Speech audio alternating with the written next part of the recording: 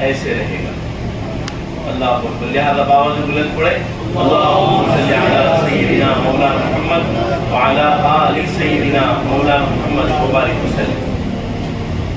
ابھی جس آیہ کریمہ کی تلاوت کا شرف حاصل ہوا، واضح طور پر رب تعالیٰ اطاعت و فرما برداری کے سلسلے میں فرماتا ہے کرو اطاعت اللہ کی اور اس کے رسول کی جیسا کہ کرنے کا حق ہے. آج دنیاوی معاملات کے اندر ہم ڈوب گئے اور اطاعت الہی اطاعت رسول سے دور ہو گئے. اس کی وجہ سے آج ہم پر شکنجے کسے جا رہے ہیں. آج آپ دیکھ رہے ہیں کہ ہر طرف مسلمانوں کو جو ہے کسا جا رہا ہے، شکنجے کسے ہوئے مسائل کے اندر مبتلا ہیں. آج ہم کوئی بڑی تجارت میں نہیں ہے. آپ یہاں پر دیکھیں گے تو ہمارا ایک اسکیل ہے، اس سے اوپر ہم نہیں جاتے. اس سے وجہ کیا ہے؟ یہ ساری چیزیں کیوں ہو گئی؟